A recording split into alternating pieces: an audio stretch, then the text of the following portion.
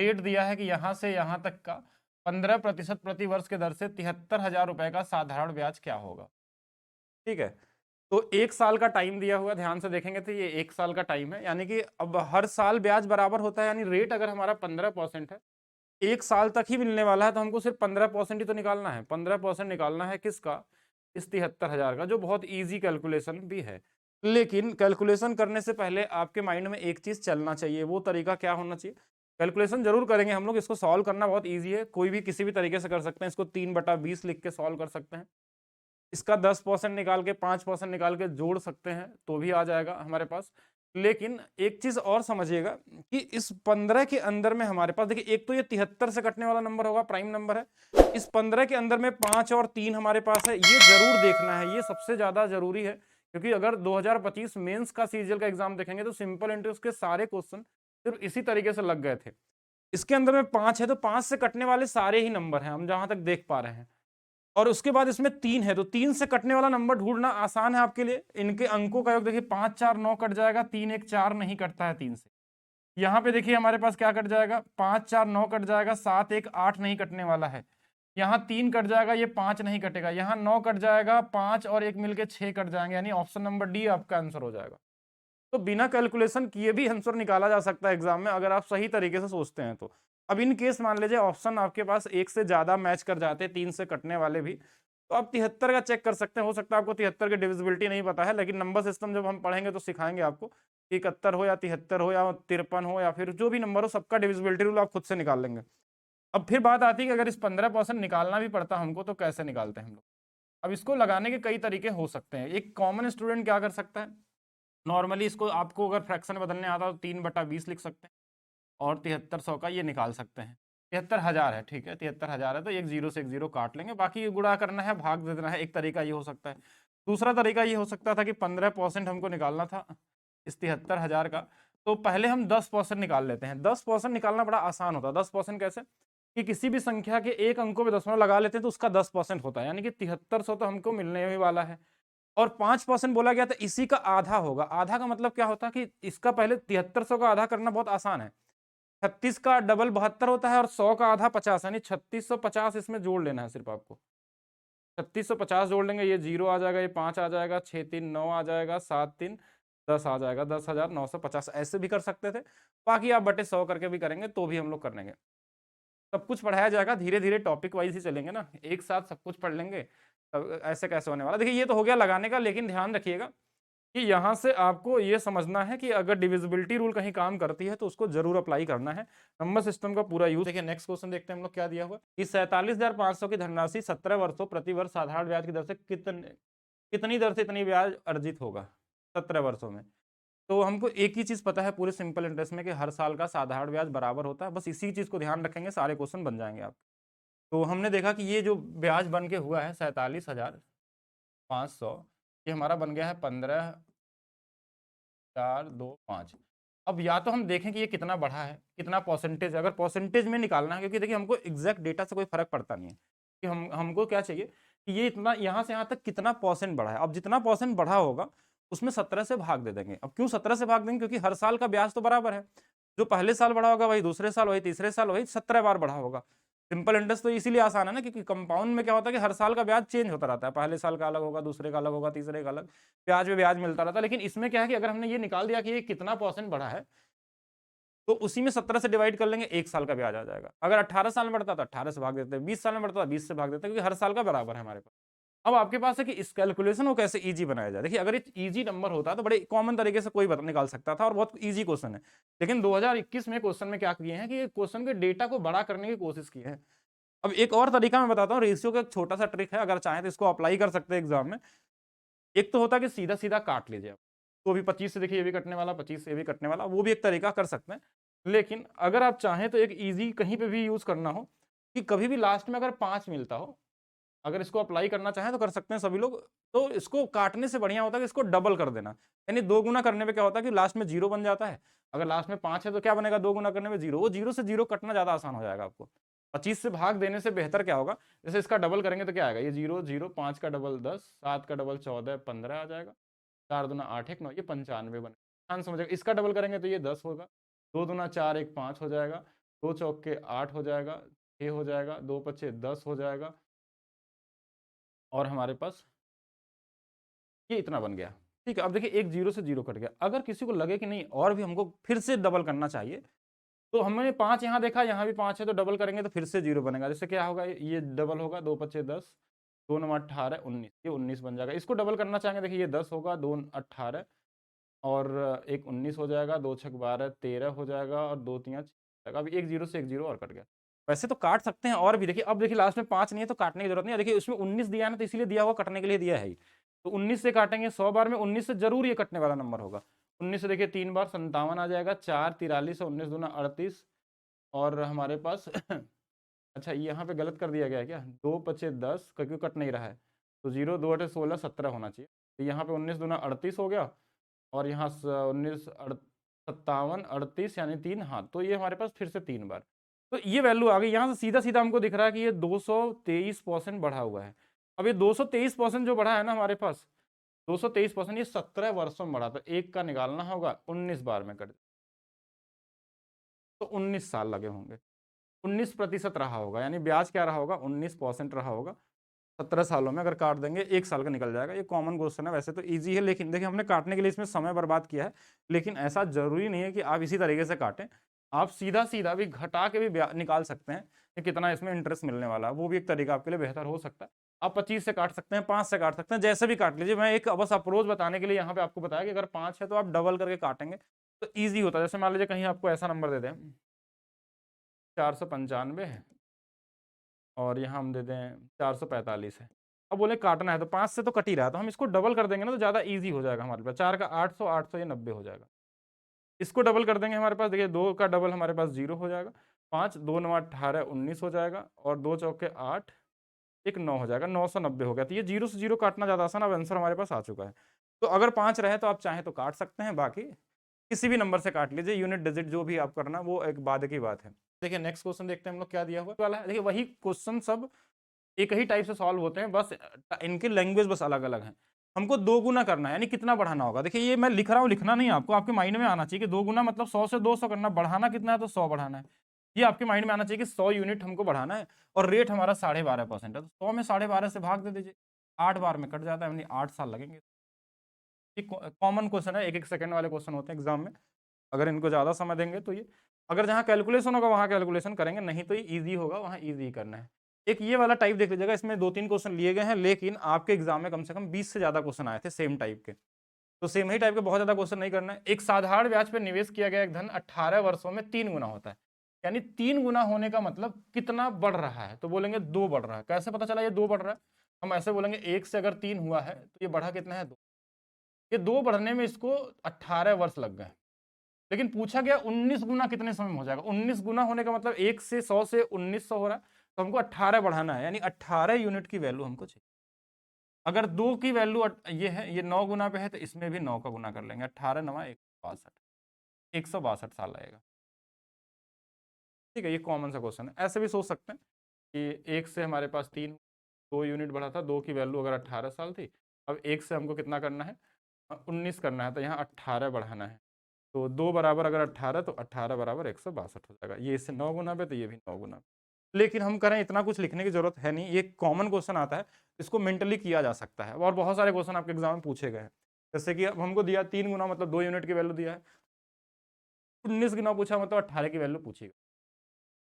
और जरूरी नहीं कि हमेशा इधर से ही देखना है, इधर से कट रहा है तो इसको भी उतना गुना पे कर लेंगे, ये भी 9 गुना तो ये भी 9 गुना होगा। क्वेश्चन में सारी वैल्यू सेट रहती है। देखिए नेक्स्ट क्वेश्चन देखते हैं हम लोग क्या दिया हुआ है। अपने जमा पूंजी का एक बैंक में निवेश किया, ये राशि साधारण ब्याज पे 2 साल में इतनी होती है, 5 सालों में इतनी हो जाती है। तो हमने देखा कि यहाँ से लेके यहाँ तक बढ़ने में कितना बढ़ गया, तो आप बोलेंगे देखिए यहाँ से देखिए 20 जोड़ेंगे, 80 जोड़ेंगे तो 1200, और इधर 100, 180 बढ़ गया। अब 180 बढ़ा था यहाँ से यहाँ तक, इनके टाइम का डिफरेंस कितना है, तो बोलेंगे 3 सालों में बढ़ा है। अब 3 सालों में 180 बढ़ा, यानी हर साल कितना बढ़ता होगा, 60 बढ़ता होगा। अब बोलेंगे 60 ही क्यों बढ़ रहा है, क्योंकि साधारण ब्याज हर साल बराबर बढ़ता है, और हर साल का बराबर होता है, यही चीज हम शुरू से पढ़ रहे हैं। तो अगर 180 बढ़ने में इसको 3 साल लग गए, तो 1 साल में कितना बढ़ता होगा, 60 बढ़ता होगा। तो इसी तरीके से अगर यहाँ राशि पूछी गई है, तो 2 साल में 1120 हुआ है, तो इससे पहले भी 1 साल नहीं 2 साल में, यानी कितना बढ़ा होगा, 60 और 60 120 बढ़ा होगा। 120 इसमें घटा लेंगे, 1000 रुपये आपको क्या रहा होगा, प्रिंसिपल रहा होगा। फिर इसको लिख के कर लीजिए, ज्यादा बेहतर होगा, आपका नहीं समझ में आया तो। देखिए पी था यहाँ से 2 साल में ये 1120 हो गया, ऐसे लिख सकते हैं। फिर यहाँ से 3 साल और आगे बढ़ा, मतलब 3 और 2 5 सालों में ये 1300 हो गया। तो हमने देखा यहाँ से यहाँ तक जो बढ़ा था वो कितना बढ़ा था, तो आप बोलेंगे यहाँ से यहाँ तक 180 बढ़ा था। ये 2 साल की वैल्यू, 3 साल की वैल्यू थी, ये इससे 60 गुना पे। तो 2 साल में ये कितना बढ़ा होगा 60 गुना पे, 120 बढ़ा होगा। यही 120 इसमें से घटा लेंगे, यहाँ पे आ जाएंगे 1000। कॉमन सा क्वेश्चन है, मेंटली भी किया जा सकता है, लिख के भी कर सकते हैं। ये सबसे इजी वाला टाइप में आता है। अब देखिए ये क्वेश्चन कैलकुलेटिव भी बनाया जा सकता है एग्जाम में। ऐसा मत सोचिएगा कि इस बार जाएंगे 2017 वाला क्वेश्चन इजी डेटा पे दिया है तो आपको हो सकता है कि यहाँ पे नंबर पॉइंट में आ जाए, थोड़ा काटने के बाद इजी बन जाए, लेकिन दिखने में बड़ा हो सकता है। लगाने का तरीका यही होगा, ठीक है, जो भी जैसे भी क्वेश्चन आ जाए। जैसे आपके एग्जाम में पूछा हुआ क्वेश्चन है यूपी कांस्टेबल 2024, ऐसे क्वेश्चनों को आपको मेंटली ही लगाना है। अगर जरूरत पड़ेगी कहीं कैलकुलेटिव है तो लिखिए, नहीं तो आप ऐसे सोच लीजिए। अब इस क्वेश्चन में देखिए 2024 में क्या पूछा गया कि एक बस 50 किलोमीटर प्रति घंटे की चाल से चल रहा है, इसकी स्पीड दी हुई है, 250 किलोमीटर चलना है। अब 250 किलोमीटर 50 की स्पीड चलेगा तो इसमें भाग दे देंगे, 5 घंटा लग जाएगा। यहाँ टाइम नहीं दिया तो इसको 5 घंटा बना लीजिए। बस इतना ही करना था इसमें, ठीक है। ये कॉमन वाले क्वेश्चनों को आपको कॉमन तरीके से करना है, ठीक है। इसमें अगर लिखना भी चाहेंगे, टाइम ही पूछा गया है ना, तो डिस्टेंस अपान में स्पीड हो जाएगा, तो 250 बटे में 50। अब इसको लिखने की जरूरत नहीं पड़नी चाहिए वैसे तो आपको, तो आंसर हमारे पास क्या आ जाएगा 5 आ जाएगा। तो ये कॉमन वाले क्वेश्चन होगा। लीजिएगा कि अगर आप यूपीएसआई 2025 की तैयारी कर रहे हैं तो हमने यूपीएसआई के लिए एक ऐसा बैच निकाला है जो केवल चैप्टर वाइज ट्रिक की बात हो रही है, और इसी बैच में ये वाली क्लास भी आपको मिल जाएगी, ठीक है। चैप्टर वाइज ट्रिक का मतलब कि हर एक चैप्टर में जितने भी क्वेश्चन आपके प्रीवियस ईयर पूछे गए हैं, 17 वाले, 21 वाले और 24 वाले जो प्रीवियस ईयर क्वेश्चन है, उन क्वेश्चन को लगाने का जो सबसे अच्छा तरीका हो सकता है, वो ट्रिकी हो सकता है, कॉन्सेप्चुअल हो सकता है, या कोई ऐसा मेथड हो सकता है जिससे इजी बन जाए, वो सारा कुछ इसमें बताया जाएगा। इसमें कोई बेसिक कोई ओल्ड मेथड नहीं चलेगा, सभी प्रीवियस ईयर क्वेश्चन इसमें कवर होंगे, सभी, मतलब एक भी क्वेश्चन छोड़ा नहीं जाएगा, जितने भी क्वेश्चन आपके एग्जाम में आए हैं। केवल ट्रिक वाली क्लास है। कहाँ मिलेगा आपको? Maths by DP sir official app पे। अभी ये शुरुआत के लिए प्राइस मात्र 1 रखी गई, जिसमें बताया गया था कि शुरू में 1000 बच्चों के लिए 11 रुपए फीस थी, जो ऑलरेडी पूरा हो चुका है। अब आने वाला जो 1500 बच्चों तक के लिए है वो 21 रुपए है, उसके बाद ये 51 रुपए में प्राइस आपको मिलने वाला है। अगर आपके एग्जाम से पहले ये बैच आपको दिख रहा है तो 100% मान के चलिए कि मैथ्स में आप 100% स्कोर करने वाले हैं, अपने स्पीड को 10 गुना तेज करने वाले हैं। अगर आपको बेसिक आता है तभी इस बैच से आपको कुछ फायदा मिलने वाला है, अगर आप बेसिक नहीं जानते हैं तो ये बैच आपके लिए नहीं है। तो चलते हैं आगे। अब ये भी देखिएगा कि कार ए और बी गति अनुपात दिया है, वह दूरी 5 घंटे में इतने चलते हैं। तो पहले देखिए यहाँ भी दूरी सेम है। कैसे? अगर वह दूसरी कार 5 घंटे में इतना किलोमीटर चलता है तो यहाँ से इसकी स्पीड तो निकाल ही सकते हैं, 5 से भाग दे देंगे, 5 वाट है 40 और 5 चौके 20, ये इसकी चाल है दूसरी वाले का। इनकी स्पीड का अनुपात दिया है 6 और 7, इसकी स्पीड दिया है 84 और इसकी स्पीड पूछा गया है। तो ये कितने बार में? 12 बार में, तो भी 12 बार में। ये तो ऐसे ही ईजी था, इसमें तो कुछ करना नहीं था, ठीक है। तो 72 हो जाएगा, ठीक है। ये कॉमन क्वेश्चन था, मतलब एक की स्पीड दिया है, दूसरे का पूछा गया। इस क्वेश्चन में कोई रेशियो को उल्टा उल्टा करने की जरूरत नहीं है, और वैसे तो डिस्टेंस फिक्स है, लेकिन तो भी हमारे पास ऑलरेडी स्पीड का रेशियो दिया, तो टाइम क्यों निकाले? टाइम के बारे में पूछा ही नहीं था, तो यहाँ पे हमारे पास क्या होगा? डी होगा। लेकिन आपको प्रीवियस ईयर तो जरूर आना चाहिए, ठीक है, उसके बाद ही आपको करना है। वही सेम चीज है, 4 से 3 हो गया, तो ये 3 से कितना होगा? 4 हो जाएगा। 1 यूनिट की वैल्यू 20 मिनट है, तो 3 की वैल्यू 60 हो जाएगी। इससे पहले किया था हमने, जब इसमें 45 आ रहा था, इसमें क्या होगा? 1 घंटा होगा, ठीक है। 60 वाले सही है। प्रैक्टिस करिए, जिनका भी स्पीड नहीं बढ़ रहा प्रैक्टिस करें, ठीक है। दीपक, अगर आप प्रैक्टिस नहीं करेंगे तो स्पीड कैसे बढ़ेगी? आप सोचेंगे कि बस क्लास देख के स्पीड बढ़ा लें? प्रैक्टिस, यानी जो भी चैप्टर पढ़ रहे हैं उस पर जाकर क्वेश्चन लगाइए, कोई भी क्वेश्चन उठा लगाइए, एमटीएस का लगा लीजिए, जीडी का लगा लीजिए, सीपीओ का लगा लीजिए, हाँ, उसके क्वेश्चन को लगाइए जो चैप्टर पढ़ चुके हैं पूरा, आधा अधूरा नहीं। जैसे अगर आपने इससे पहले जो भी चैप्टर पढ़ा, कौन सा चैप्टर पढ़े थे हम लोग? एपीजीपी पढ़े थे, तो उसके क्वेश्चन जाके लगाइए, आप ट्राई करिए, जो भी प्रीवियस ईयर क्वेश्चन है उसको लगाइए। एक व्यक्ति एक दूरी को तय करने में 10 घंटे लगते हैं, वह अगर अपनी गति को 20% कम कर लेता है तो उतनी ही दूरी तय करने के लिए समय कितनी बढ़ोतरी? अगर 20 से कम है यानी आंसर 25 होगा। क्या होगा? 25। ये चीज हमने परसेंटेज में सिखाई थी। कोई चीज 20 से कम हो रहा यानी 25 आंसर होगा, पहली क्लास में आपने पढ़ा होगा। तो कोई चीज अगर 25 से कम होता तो आंसर क्या आता? 33.33 आता। वैसे लगाना चाहे तो ऐसे कर लीजिए। ये भी तरीका बताया गया था, ये वाला अभी मैं इसमें मिक्स नहीं करना चाह रहा हूँ, नहीं तो फिर आप कंफ्यूज ना हो। ये वाला तरीका परसेंटेज पढ़ाए, आप अभी नॉर्मली लगाइए। 20% का मतलब 1/5। तो स्पीड जो होगा, अगर ये 5 से कितना होगा? 4 हो जाएगा, तो टाइम जो होगा उल्टा हो जाएगा, 4 से कितना हो जाएगा? 5। तो ये कितना बढ़ गया? तो बोलेंगे 1 बढ़ गया। कितना थे? 4 से 1/4 कितना होता है? 25%। देखिए नेक्स्ट क्वेश्चन देखते हैं हम लोग क्या दिया हुआ। ये वाला भी वही सेम है, डिफरेंस वाला 31 घंटे है 36 घंटे है, तो 36 का मल्टीप्लिकेशन में आएगा मतलब 9 से कटने वाला होगा। और 9 से कटने वाला कौन सा नंबर है इसमें? 7 2 9 4 4 8 3 11 नहीं होगा। 7 2 9 और 9 तो कट ही जाएगा, 12 ये नहीं हो रहा है। 7 2 9 कट गया, 4 4 8 1 9 ये कट जाएगा। और 4 7 2 9 4 4 8 2 10, तो बी वाला होना चाहिए। तो ये एक टाइप आपका कंप्लीट हो गया। इसको आप लगा भी सकते थे, अगर लगाना चाहेंगे तो देखिए यहाँ टाइम का कैसे लगाना है बेसिक समझिए। क्यों हम इसमें 9 का डिविजिबिलिटी चेक किया, 31 घंटा और 36 घंटा ये दिया था, तो स्पीड का अनुपात क्या हो जाएगा? 36 और 31 हो जाएगा। इनके बीच का जो स्पीड का डिफरेंस दिया है वो कितना दिया है हमारे पास? 5 यूनिट। इसकी वैल्यू 320 दिया हुआ है। तो हमने देखा कि 5 छक 30 है और 5 चौके 20, 64 गुना पे था ये। कितना? ये 64 गुना पे हमारे पास दिया था कि ये वैल्यू है। तो अगर हमको डिस्टेंस चाहिए तो देखिए हमको क्या करना, ये वाला भी 64 गुना करना होगा या ये वाला भी 64 गुना करना होगा। तो इससे क्या आ जाएगा? इनका स्पीड आ जाएगा। तो हम क्या करते हैं? टाइम इंटू स्पीड करते हैं, यानी 36 का गुणा करना है, फिर 31 का करना, साथ में 64 भी करना है।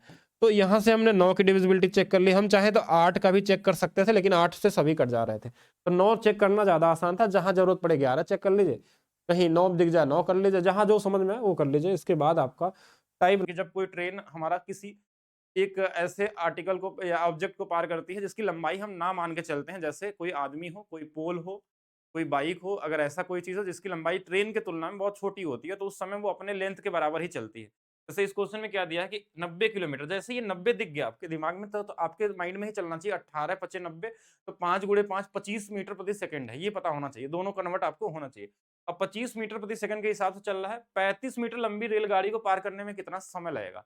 अब देखिए 35 मीटर लंबी रेलगाड़ी है, तो अगर हम बात करें एक बिजली के खंभे को पार करने में कितना समय लगेगा? तो ट्रेन की जो लंबाई है उतना ही चलेगी, यानी कि हमारे पास ऊपर में क्या होगा कि 35 मीटर ही चलने वाली है खंभे को पार करने में, और स्पीड क्या है? 25 का है।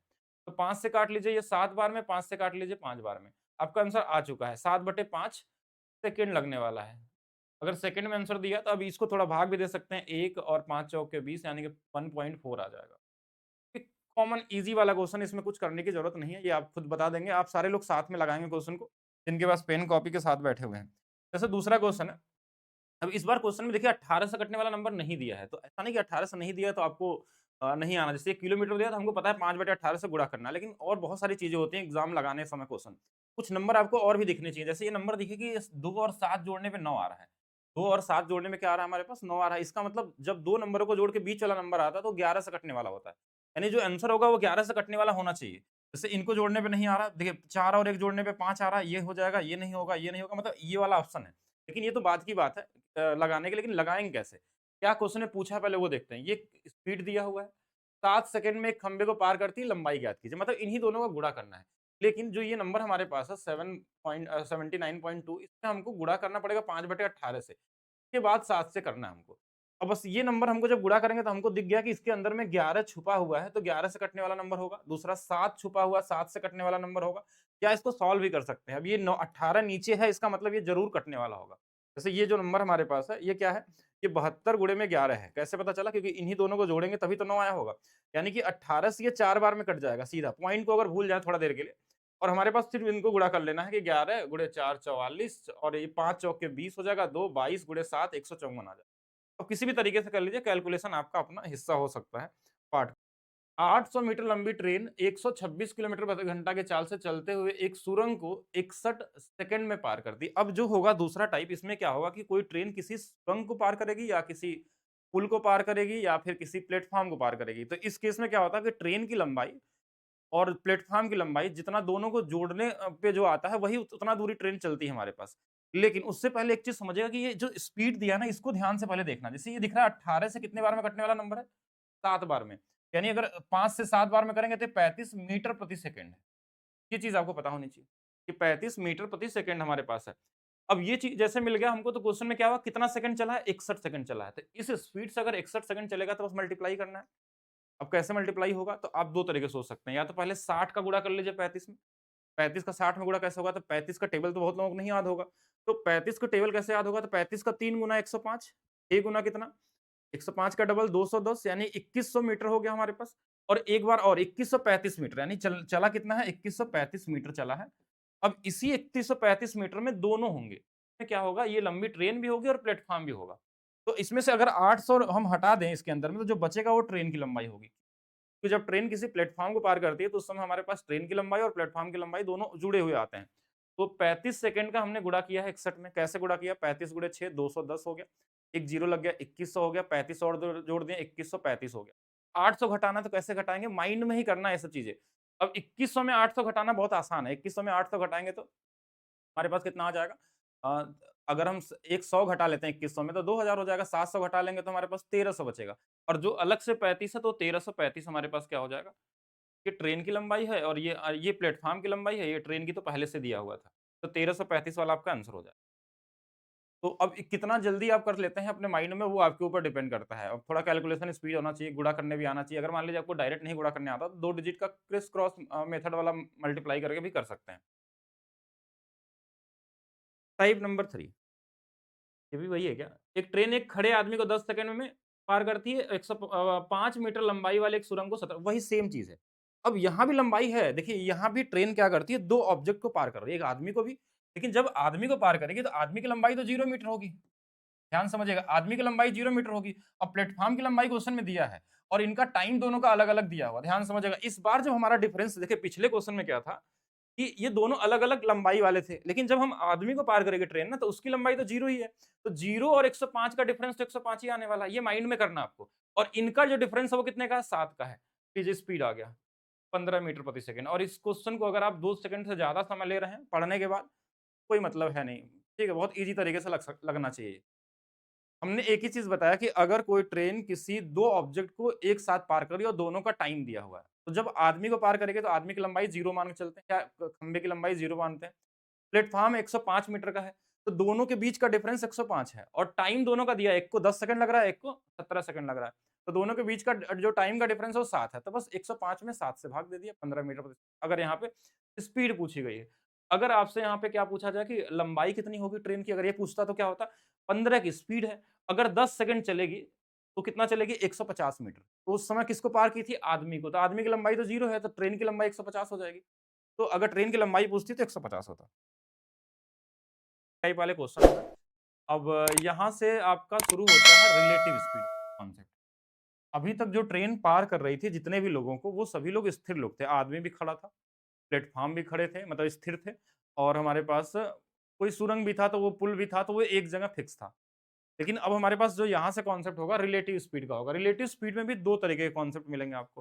पहला, दूसरा जो दो, एक तो एक दूसरे की तरफ आने वाले होते हैं और एक दूसरे के एक साथ में चलने वाले होते हैं। मतलब एक ही दिशा में चलने वाले, या फिर हमारे पास क्या होता है दूसरा वाला कि विपरीत दिशा में चलने वाले। 2 कॉन्सेप्ट के क्वेश्चन और इस पे सबसे ज़्यादा क्वेश्चन मिलते हैं। और अभी मैं बात करूँ जो ग्रुप डी का एग्ज़ाम दे रहे होंगे, तो उनके लिए कि रिलेटिव स्पीड पे लगातार क्वेश्चन आपके एग्जाम में पूछे जा रहे हैं, स्पेशली ट्रेन वाले। अगर आप इस यूपीएसआई वाला जो क्वेश्चन है आपका, अगर इसको भी पढ़ लेते हैं तो ग्रुप डी के एग्जाम के लिए, तो एक क्वेश्चन हर सेट में आ रहा है।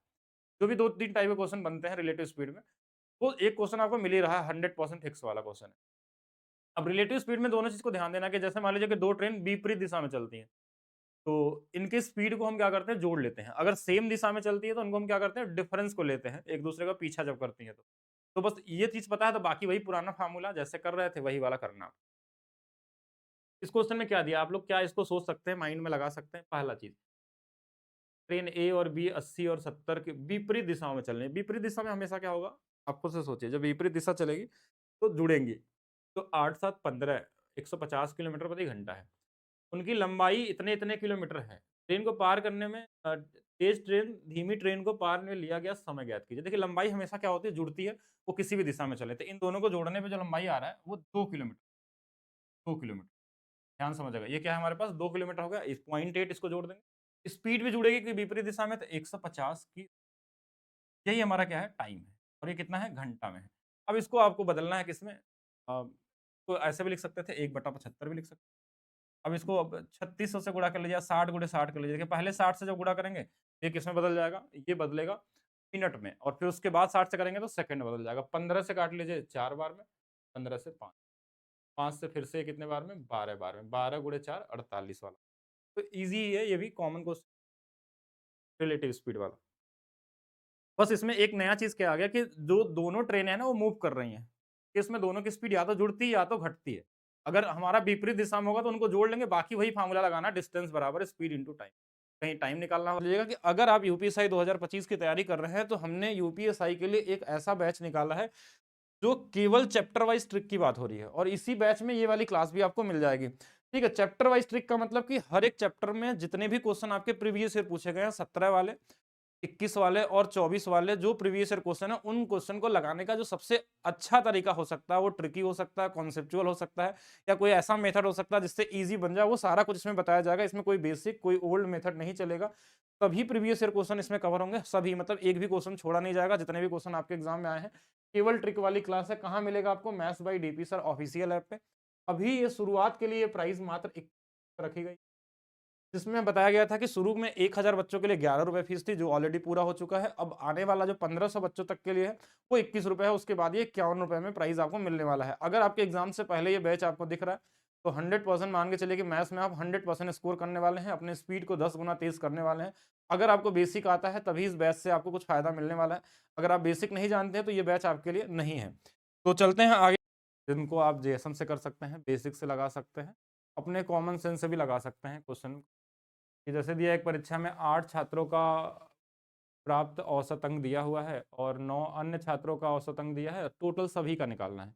ये एक टाइप है, लगभग आपको ये हर एक टाइप के अंदर ये दोबारा दोबारा दिखता रहेगा क्वेश्चन, कि मतलब एक ग्रुप का औसत होगा, एक दूसरा ग्रुप होगा, उसका औसत होगा, फिर सबका मिला के औसत पूछा जाता है। तो ये एलिगेशन से भी लगता है, अगर आप एलिगेशन से लगाना चाहें तो एलिगेशन से लगा सकते हैं, जेएसएम से लगा सकते हैं। कॉमन सेंस जैसे बेसिक गुणा होता है, बेसिक से भी कर सकते हैं। हाँ बिल्कुल, चलिए देखते हैं। तो यहाँ पे अगर शुरू किया जाए, सबसे पहला तरीका देखें कि पहले 8 लोग थे। तो ध्यान से देखेंगे तो 8 लोगों का हमारे पास औसत है और 9 लोगों का औसत दिया, टोटल 17 लोग हैं। इन 8 लोगों का औसत 5.1 दिया है, इन 9 लोगों का 6.8 दिया है, टोटल का औसत निकालना है। तो अब यहाँ से जेएसएम का यूज करने का तरीका क्या होता है कि जो सबसे छोटी वैल्यू होती है ना, इससे बड़ा आंसर आएगा। अब इससे बड़ा तो सारे ही ऑप्शन है हमारे हिसाब से, तो फिर ऑप्शन से तो नहीं जा पाए। तो हमने देखा इससे जो बड़ा है, ये तो 17 से कटने वाला नंबर है, 17 तिया 51, 17 चौके 68, मतलब ये 1.7 ज्यादा है। ये जो 1.7 ज्यादा है, यही कितने लोग हैं इसके अंदर में, तो बोलेंगे 9 लोग हैं, तो 9 से इसमें गुणा हो जाएगा और टोटल सभी में भाग दे देते हैं जितने टोटल लोग होते हैं। इस 17 से ये 17 कट जाएगा 0.1 टाइम्स में, 5.1 ये होगा और 0.9 जोड़ देंगे, ये हमारे पास आंसर। एक तो ये तरीका हो सकता है, सीधा सीधा भी गुणा करके भी लगाते तो भी आंसर आ जाता। लेकिन देखिए गुणा करके लगाते तो कैसे लगाते हैं, 8 गुणे में 5.1, मान लीजिए ये छोटा नंबर है तो इसमें आसानी से गुणा करके भी लगाया जा सकता है, और बाद में इसका यूज हम लोग करते हैं। इसमें 17 से डिवाइड कर लेंगे, 17 से कट जाएगा ये 0.3 टाइम में, 17 से कट जाएगा 0.4 टाइम में, 8 गुणे 3 24, 2.4 हो जाएगा, 9 चौके 36, 3.6 हो जाएगा, इनको जोड़ेंगे तो भी 6 आ जाएगा। कोई एलिगेशन से लगाना चाहे तो ऐसा लगा सकता है कि 5.1 एक तरफ है, 6.1 है, इन दोनों के बीच वाली वैल्यू हमको चाहिए थी, और इनका अनुपात दिया था, एक तरफ 8 लोग थे और एक तरफ 9 लोग थे, सभी मिला के 17 लोग थे। इनके बीच का जो डिफरेंस हमारे पास है वो हमारे पास कितना दिया, तो बोलेंगे 1.7 का है, और ये इसी के बराबर होना चाहिए, 1.7 इसके बराबर, तो हम बोलेंगे इससे ये 1/10 गुना पे है, तो 1/10 गुना करेंगे तो ये 0.9, इसमें करेंगे तो ये 0.8 आ जाएगा। या तो छोटे वाले में 0.9 जोड़ देंगे तो भी 6 आ जाएगा, इसमें 0.8 घटा देंगे तो भी 6 आ जाएगा। तो ये भी आंसर हो सकता है। फिजिक्स से भी कर सकते हैं, जेएसएम से भी कर सकते हैं, किसी भी तरीके से कर सकते हैं। एक और तरीका भी होता है जो एग्जाम में हम जब बड़ा डेटा आता है तो लगाने का तरीका ढूंढते हैं। वो तरीका क्या होता है कि हम इसमें यूनिट डिजिट का सहारा लेते हैं कि यूनिट डिजिट पे क्या आएगा, इससे ये सबसे अच्छा तरीका यही होता है, लेकिन तब तब लगाते हैं। 8 लोगों का औसत ये हमारे पास है, तो हम बोलेंगे 8 गुणे में 5 दशमलव प्लस 9 गुणे में 6.8, ये बराबर होगा 17 गुणे में जो भी औसत होगा उनके, हमारे पास क्या होगा, इनका हम गुणा कर लेंगे तो ये सब बराबर होंगे। तो यहाँ से हम यूनिट डिजिट लगाते हैं और इसका यूनिट डिजिट ऑप्शन से लेते हैं कि कौन से वाले का हो सकता है, कि लास्ट वाला डिजिट किसका क्या आने वाला है, उसके हिसाब से हम लोग सोचते हैं। तो ये जब बड़े क्वेश्चन होंगे तो मैं बताऊंगा कैसे करना है। इजी क्वेश्चन को तो आप किसी भी तरीके से कर सकते हैं। देखिए नेक्स्ट क्वेश्चन देखते हैं हम लोग क्या दिया हुआ है। और अब इस क्वेश्चन में क्या था ना कि देखिए 2017 में पूछा गया था, 2017 में कोई अलग एजेंसी आपका एग्जाम करवाई थी। यहाँ से आप क्वेश्चन के पैटर्न को समझ सकते हैं, ये सबसे ज्यादा जरूरी है आपके लिए समझना कि 2017 में एक क्वेश्चन का टाइप आया आपके यूपीएसआई में। इसके पहले ये क्वेश्चन ना तो एसएससी में दिखा था, ना तो कोई और एग्जाम में ऐसे मिले थे। तो 2017 में पूछा गया। फिर जब 2021 का एग्जाम हुआ तो ये सेम पैटर्न पे क्वेश्चन पूछा गया, और दोनों बार एजेंसी अलग अलग थी आपके एग्जाम की, यानी 17 में कोई और कराया था और 21 में कोई और कराया। अब इससे पता चला कि जब 21 वाले एजेंसी में उन्होंने कराने, मतलब जो भी एग्जाम करवाने गया होगा वेंडर ने, तो उन्होंने अपने पहले प्रीवियस ईयर क्वेश्चन को देखा कि 2017 में क्या क्या क्वेश्चन पूछे गए, उसी के बेस पे इन्होंने 2021 में क्वेश्चन दिए थे। सेम जब आपके पास इस बार एग्जाम होगा यूपीएसआई 2026 में जब होने वाला होगा, जो भी एजेंसी कराएगी अभी नहीं पता हमको, जैसे अगर पता चल जाएगा तो उसके क्वेश्चन भी निकाल लेंगे हम लोग, क्या क्या क्वेश्चन अब उनके पहले पूछे गए हैं उसी से बनाएंगे। जैसे अब यहाँ से क्या होगा कि अब ये क्वेश्चन इन्होंने मतलब 17 वाले से देखा, 21 में पूछा, यानी जो 26 में होगा वो आपके सभी क्वेश्चन को देखेंगे जो क्वेश्चन एग्जाम में आए हुए थे। 17 वाले हो गए, 21 वाले हो गए, 24 वाले हो गए, उन सभी क्वेश्चनों के डेटा के आधार पे ही क्वेश्चन आपके बनने वाले हैं। इतना ध्यान रखेंगे। अगर आपके 40 क्वेश्चन बनते हैं सपोज करिए, क्योंकि 2021 वाले में तो 40 क्वेश्चन पूछा ही नहीं थे हम लोग, किसी में 27 क्वेश्चन थे, किसी में 28 थे, किसी में 32 थे, मतलब अलग अलग सेट में अलग अलग क्वेश्चन थे। तो उसके हिसाब से अगर देखा जाए तो क्वेश्चन आप निकाल सकते हैं, यानी आप प्रीवियस ईयर करते हैं तो आप 70 से 80% क्वेश्चन ये सेम पैटर्न पे मान के चलिएगा। 2 4 5 क्वेश्चन हर सेट में आपको नए भी बनाए जाएंगे। नए का मतलब टाइप नहीं बदलेगा, वो अपने हिसाब से कुछ भी लैंग्वेज में दे सकते हैं। इस क्वेश्चन का आंसर कैसे, कितने लोग लगा सकते हैं बताइए जल्दी सभी लोग। लॉजिकल आ जाए, कोई भी आ जाए, कोई फर्क नहीं पड़ता। सारे क्वेश्चन देखिए, लॉजिकल क्वेश्चन 2017 में पूछे गए थे, 21 में कोई लॉजिकल क्वेश्चन नहीं था अगर मैं बात करूं तो, क्योंकि लॉजिकल क्वेश्चन जो देने वाले थे 17 वाले में कुछ भी पूछ लिए थे, मतलब कई कई जगहों पे ऐसे ऐसे क्वेश्चन दे दिए थे जिनका कोई लॉजिक था ही नहीं 17 के हिसाब से एग्जाम में, यूपीएसआई के एग्जाम में। लेकिन 21 का जो पेपर था वो नॉर्मल लेवल में था 17 की तुलना में, लेकिन हाँ क्वेश्चन जो कॉमन क्वेश्चन थे 17 वाले वो क्वेश्चन 21 में भी देखने को मिले थे, लॉजिकल क्वेश्चन नहीं आए थे कोई। इसका आंसर क्या होगा, देखिए क्या क्वेश्चन में बोलना चाह रहा है कि दीपिका 10 रुपए, 20 रुपए, 40 रुपए प्रति लीटर के हिसाब से लगातार 3 वर्ष तक दूध खरीदती है। हर वर्ष वह 8,000 खर्च करती है, तो दूध का औसत लागत प्रति लीटर क्या होगा। ये बहुत कॉमन सा क्वेश्चन है। मतलब देखिए अब आपको ये देखना होगा कि पहले दूध कितना लीटर खरीदा गया है। अगर मैं इस 8,000 की बात करूं 10 रुपए के हिसाब से, अगर मैं 10 रुपए के हिसाब से अगर 8,000 में खरीदना चाहें दूध 10 रुपए लीटर के हिसाब से, तो हम बोलेंगे 800 लीटर दूध खरीद सकते हैं। 20 रुपए के हिसाब से खरीदना चाहेंगे तो कितना हो जाएगा, तो बोलेंगे 400 लीटर खरीद सकते हैं। 40 के हिसाब से 40 से भाग दे दीजिए तो बोलेंगे 200 लीटर दूध खरीद सकते हैं। ये दूध हो गया टोटल 1400 लीटर दूध इसने खरीदा गया है। ये 1400 लीटर दूध इसने तीनों साल में मिला के खरीदा। ठीक है, ये हो गया कॉमन सा क्वेश्चन कि 1400 लीटर दूध खरीदा गया। लेकिन आपसे ये पूछा गया तो औसत वो निकालिए, लागत बताइए। तो ये टोटल कितने खर्च हुए थे, तो 8 8 और 8 24,000 रुपए 3 साल में खर्च हुए थे। टोटल 1400 लीटर दूध, बस भाग दे दीजिए, यही आपका आंसर हो जाए। 120 बटे में 7, 7 एकम 7, 7 एकम 5, 7 सत्ते 49, यानी 17 वाला आ जाएगा। तो 17 वाला यही आंसर है। अब पूरा भाग देने की भी जरूरत नहीं है, कॉमन तरीके से कर सकते हैं। हमने बस यही निकाला कि हमारे पास टोटल कितने दूध थे और कितने लीटर दूध हमने खरीदे हैं, टोटल कितने पैसे खर्च किए। तो ओवरऑल यही तो औसत होता है। औसत का मतलब क्या होता है, टोटल, जैसे अगर आप टाइम एंड डिस्टेंस में जाते हैं तो हम क्या करते हैं, total distance upon total time करते हैं। सेम इसी तरीके से यहाँ पे जितने टोटल खर्च हुए थे और कितने लीटर दूध की खरीदे थे उससे हमने डिवाइड करके निकाल लिया। सेम इसी चीज को चाहे तो आप हार्मोनिक वो भी लगा सकते हैं। इसको हम एक और तरीके से पढ़ते हैं हम लोग, टाइम डिस्टेंस में भी यूज करते हैं, जिसको हम एचपी सीरीज बोलते हैं। ठीक है, एचपी सीरीज के बारे में हरात्मक श्रेणी आपके एग्जाम में शायद क्वेश्चन नहीं आते हैं, लेकिन वहां से भी आते हैं। अगर इस क्वेश्चन को चाहे तो ऐसे ही बना सकते हैं। अगर हमारे पास 3 डेटा है तो 3 बटे में 1/10, 1/20। हमको इस 8,000 का कोई यूज है नहीं इसमें, इस 8,000 डेटा का यूज नहीं है औसत निकालने के लिए। जैसे हम औसत जब सॉल्व करते हैं टाइम एंड डिस्टेंस में, अब पढ़ेंगे आप लोग, तो टोटल डिस्टेंस करते हैं, वहां डिस्टेंस की जरूरत नहीं अगर वो सेम खर्च कर रहे हैं तो। जैसे यहाँ हर साल 8,000 रुपए खर्च हो रहा है, अगर मान लीजिए तीनों साल का अलग अलग पैसे खर्च करते तो हमको इसमें अलग अलग भाग देके सबका लीटर की संख्या निकालनी पड़ती। लेकिन जब हमको दिख रहा है कि हर साल हमारे पास क्या है, सेम ही अमाउंट खर्च हो रहा है, तो आप पूरा डेटा यूज करने की जरूरत नहीं है इसको कि ऐसे लगाएं इस तरीके से। आप ऐसे भी कर सकते हैं थोड़ा, ये तो चलिए हार्मोनिक छोड़ते हैं, इतना ज्यादा मेथड नहीं सीखना आपको। आप ये समझ सकते हैं जैसे टाइम वन वर्क पढ़ते हैं आप, तो ए किसी काम को 10 दिनों में करता है, बी किसी काम को 20 दिनों में करता है, सी 40 दिनों में करता है। या फिर हमको अगर टाइम एंड डिस्टेंस रहता है तो इनकी स्पीड दी रहती है कि 10 की स्पीड है, 20 की स्पीड है, 40 की स्पीड है। हमने इसका वो ले लिया एलसीएम कि चलिए क्या ले लिया एलसीएम, हमने 40 ले लिया। ठीक है, तो 40 से ये 4 बार में कट जाएगा, 20 से 2 बार में, 40 से 1 बार में, तो ये 40 बटे में हमारे पास 4 2 6 और एक 7 से भाग दे देंगे। ये हमारा क्या आ जाएगा, इसका टोटल टाइम आ जाएगा तीनों मिलके, यानी औसत टाइम आ जाएगा। अगर स्पीड में है तो स्पीड आ जाए, यहाँ पे हमारे पास क्या पैसे है तो पैसे आ जाएंगे। लेकिन ध्यान रखिएगा यहाँ पे ये जो 40 है ना, ये 3 बार करना पड़ेगा। क्यों 3 बार करना पड़ेगा? क्योंकि 3 साल अलग अलग पैसे जो थे 3 बार गुणा करना होगा उसका, क्योंकि ये 40 हमने 1 साल का माना था। ऐसे जब हम टाइम एंड डिस्टेंस पढ़ते हैं, जो डिस्टेंस मानते हैं ना उसका भी 3 बार गुणा करते हैं। अगर 3 बार, अगर 2 बार है तो 2 बार गुणा करते हैं, 2 साल के बाद होता तो वही सेम ही आंसर आपको मिल जाएगा 120/7। 120/7 कर लेंगे और वही 17.14 पैसे जो आएगा आपका वो आ जाएगा आपके पास। देखिए नेक्स्ट क्वेश्चन देखते हैं हम लोग क्या दिया हुआ है। 3 क्रमागत संख्याओं का औसत पहली संख्या के 1/3 से 15 ज्यादा है। 3 क्रमागत संख्याएं 1, 2 और 3, और बोला गया कि औसत पहली संख्या के 1/3 से 15 ज्यादा है।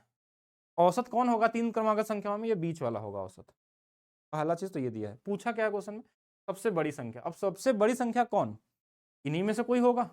तो अगर x मान के लगाएंगे तो टाइम लगेगा, तो क्यों नहीं इसी मान लेते हैं। देखिए अगर मैं मान लूँ 22 मान लूँ इसको, इससे एक कम ये 21 होना चाहिए और इससे एक कम ये 20 होना चाहिए। क्या इस 20 का 1/3 आप कर सकते हैं? कर तो सकते हैं, लेकिन पॉइंट में जाएगा, मतलब हमने गलत मान लिया, 22 नहीं होना चाहिए। का मतलब हमने जो माना वो गलत माना। 1/3 भी तो करना है हमको। 3 संख्याओं में हमने 21 को ले लिया। अब 21 ले लेंगे तो हमने क्या माना था? 22 माना था ना, 21 माना था, तो मैं भूल भी गया क्या लिया था। अगर 21 लेंगे तो ये 20 होगा, ये 19 होगा, तो ये हो नहीं सकता। 22 लेंगे तो 22, 21 और 20, ये भी नहीं हो सकता। 23 लेके देखते हैं। 23 लेंगे तो 23 में से एक कम गया 22, 22 में से एक कम गया 21। हाँ ये हो सकता है, 21 यहाँ रहेगा ना। क्रमागत का मतलब एक एक के डिफरेंस पे है, और ये ना तो सम था ना तो विषम था, तो लगातार संख्या होंगी। इसका 1/3 कर लीजिए, तो बोलेंगे 1/3 इसका 7 आएगा। क्या इससे ये 15 ज्यादा है? तो 15 और 7 जोड़ने में 22 आता है, मतलब 23 वाला आपका आंसर सही था। अब जहां इक्वेशन बने ना, ऑप्शन का सहारा लीजिए, इजी तरीके से बन जाएगा। ठीक है, एक्स मानने से बेहतर है। ये क्वेश्चन देखेंगे, ये थोड़ा कैलकुलेटिव क्वेश्चन आपके एग्जाम 2017 में पूछा गया था आपके यूपीएसआई में। 7 क्रमागत पूर्णांकों के घनों का औसत दिया था। ठीक है, क्रमागत पूर्णांक थे, वो भी प्रथम नहीं दिया था, और घनों का औसत जो है 360 दिया। इन संख्याओं का औसत क्या होगा? अब इसमें ऑप्शन से हिट एंड ट्रायल भी करेंगे ना, तो भी बहुत टाइम टेकन वाला चीज़ है, और बेसिक से आप लगा ही नहीं सकते। पहला चीज़ तो कैलकुलेशन पॉसिबल नहीं इसका करना, क्योंकि क्यूब करके a+b+-b का क्यूब करके सॉल्व करना एग्जाम के लिए तो नहीं, तो एग्जाम के लायक तो क्वेश्चन था ही नहीं, मतलब ये लॉजिकल क्वेश्चन नहीं है कोई भी तरीके से। हाँ लेकिन आप लगाना चाहें तो देखिए, हमको घनों का जो योग होता है ये आपको पता होना चाहिए। 1 का क्यूब हो, 2 का क्यूब हो गया, का क्यूब हो, का जो सम आता है हमारे पास का क्यूब तक क्या आता है? n/2 का होल स्क्वायर। मान लिया कि चलिए n है, या x मान लेते हैं, x+1/2 का होल क्यूब, इसका औसत निकाल ले। देखिए ये योग हो गया, कितने संख्याएं थे? 7 थी, तो 7 से हमने भाग दे दिया। इसकी जो वैल्यू है 360 दिया था, तो यहाँ से x+1 होल स्क्वायर होता है। ठीक है, तो बट्टे में 2, और ये वाला 7 इधर गुणा कर देते हैं। इधर गुणा कर देंगे तो 360, ऐसे गुणा कर लेते हैं सीधा। 7 7 6 42, 7 गुणे 3 21 और 25, और ये स्क्वायर था, स्क्वायर यहाँ से हटाएंगे तो ये हमारे पास रूट में आ जाएगा, और रूट में आ जाएगा तो ये लगभग 50 का स्क्वायर के आसपास। हमने एग्जैक्ट नहीं सॉल्व किया क्योंकि एग्जैक्ट निकलेगा भी नहीं। ठीक है, तो ये 50 के आसपास, और ये हम की किसकी वैल्यू आ गई? x+1/2 की जो वैल्यू है वो 50 के आसपास है। अब ये जो संख्याओं का योग होता है ये क्या होता है? लगातार संख्याओं का योग होता है, 1 से लेके कहीं तक भी निकालना होता है। अब इसमें संख्याएं कितनी थी? 7 थी, तो इसमें हमने 7 से भाग दे दिया, तो 7 7 49, लगभग 7 के आसपास वाला आंसर हो सकता है, लेकिन 6 भी वो हो सकता है, क्योंकि देखिए हमने जो ये फार्मूला यूज किया यहाँ पे ना, ये प्रथम के लिए होता है, और यहाँ पे ये क्रमागत है, और ये कुछ भी हो सकता है। ठीक है, तो ये अप्रॉक्स आंसर तो हमने बता दिया कि ये वाला आंसर हो सकता है, और ये क्वेश्चन वैसे तो दोबारा आएगा नहीं क्योंकि ये गलत है, एक तरीके से क्वेश्चन ही गलत है, लेकिन अप्रॉक्स आंसर निकालना चाहेंगे सबसे 7 सबसे नजदीकी आंसर होगा। और कहीं कहीं इसका आंसर आपको मिल सकता है अगर आप लॉजिकल तरीके से अगर ढूंढने की कोशिश करेंगे, तो ऐसे तो मेरे हिसाब से तो कहीं पहले कभी पूछा नहीं गया, तो 6 और 7 के बीच में आना चाहिए मेरे हिसाब से आंसर होना चाहिए, कि ये अप्रॉक्स मतलब 6 और 7 के बीच में आंसर, क्योंकि इसमें कोई आंसर नहीं बन सकता, क्योंकि एग्जैक्ट वैल्यू नहीं आ सकती। और क्योंकि अगर पूरा बेसिक सॉल्व करेंगे इसमें ना, तो बेसिक से भी नहीं निकल पाएगा। अगर संख्या मानेंगे भी, अगर 7 तो x मानेंगे, फिर दूसरा वाला x प्लस विषम संख्या है 2 मानेंगे, फिर x प्लस कुछ भी जोड़ लीजिए, अगर हम 2 जोड़ के ले लें, x+4 ले लें, और इस तरीके से लेते हुए चलेंगे अगर हम, फिर इनका क्यूब करेंगे, फिर इनके 7 से भाग देंगे, तो वो सोल्यूशन पॉसिबल नहीं है। हिट एंड ट्रायल से भी अगर देखा जाए, अगर मैं हिट एंड ट्रायल से भी देखूंगा तो भी एग्जैक्ट वैल्यू नहीं आ सकती, क्योंकि यहाँ मुझे पॉइंट दिख रहा है ना, तो एग्जैक्ट वैल्यू तो ये कोई है ही नहीं, आंसर ही नहीं है, आंसर तो गलत ही वैसे सारा। तो भी अगर आप बेसिक से भी लगाना चाहें, नॉर्मली सोचना भी चाहें, अगर मान लीजिए 7 आंसर होगा, तो 7 क्रमागत होगा तो इसके पास हमारे पास कितनी संख्या होंगी? 3 इधर 3 इधर 3 इधर, तो इसके आगे क्या होगा? 8 10, के पहले क्या होगा? 6 और 5 और 4। अब इन सब का क्यूब करके इनका औसत निकाल के चेक करना होगा कि कहीं ऐसा तो नहीं कि 360 आ रहा है, तो आएगा नहीं वैसे, ठीक है, क्योंकि यहाँ हमने चेक कर लिया पॉइंट में आ रहा है तो आएगा नहीं, तो क्वेश्चन कहीं ना कहीं मिसप्रिंट वाला है। और अगर अप्रॉक्स निकालना है तो ये ओके है, ठीक है। 7 वाला लीजिएगा कि अगर आप यूपीएसआई 2025 की तैयारी कर रहे हैं तो हमने यूपीएसआई के लिए एक ऐसा बैच निकाला है जो केवल चैप्टर वाइज ट्रिक की बात हो रही है, और इसी बैच में ये वाली क्लास भी आपको मिल जाएगी, ठीक है। चैप्टर वाइज ट्रिक का मतलब कि हर एक चैप्टर में जितने भी क्वेश्चन आपके प्रीवियस ईयर पूछे गए हैं, 17 वाले, 21 वाले और 24 वाले जो प्रीवियस ईयर क्वेश्चन है, उन क्वेश्चन को लगाने का जो सबसे अच्छा तरीका हो सकता है, वो ट्रिकी हो सकता है, कॉन्सेप्चुअल हो सकता है, या कोई ऐसा मेथड हो सकता है जिससे इजी बन जाए, वो सारा कुछ इसमें बताया जाएगा। इसमें कोई बेसिक कोई ओल्ड मेथड नहीं चलेगा, सभी प्रीवियस ईयर क्वेश्चन इसमें कवर होंगे, सभी, मतलब एक भी क्वेश्चन छोड़ा नहीं जाएगा, जितने भी क्वेश्चन आपके एग्जाम में आए हैं। केवल ट्रिक वाली क्लास है। कहाँ मिलेगा आपको? Maths by DP sir official app पे। अभी ये शुरुआत के लिए प्राइस मात्र 21 रखी गई, जिसमें बताया गया था कि शुरू में 1000 बच्चों के लिए 11 रुपए फीस थी, जो ऑलरेडी पूरा हो चुका है। अब आने वाला जो 1500 बच्चों तक के लिए है वो 21 रुपए है, उसके बाद ये 51 रुपए में प्राइस आपको मिलने वाला है। अगर आपके एग्जाम से पहले ये बैच आपको दिख रहा है तो 100% मान के चलिए कि मैथ्स में आप 100% स्कोर करने वाले हैं, अपने स्पीड को 10 गुना तेज करने वाले हैं। अगर आपको बेसिक आता है तभी इस बैच से आपको कुछ फायदा मिलने वाला है, अगर आप बेसिक नहीं जानते हैं तो ये बैच आपके लिए नहीं है। तो चलते हैं आगे।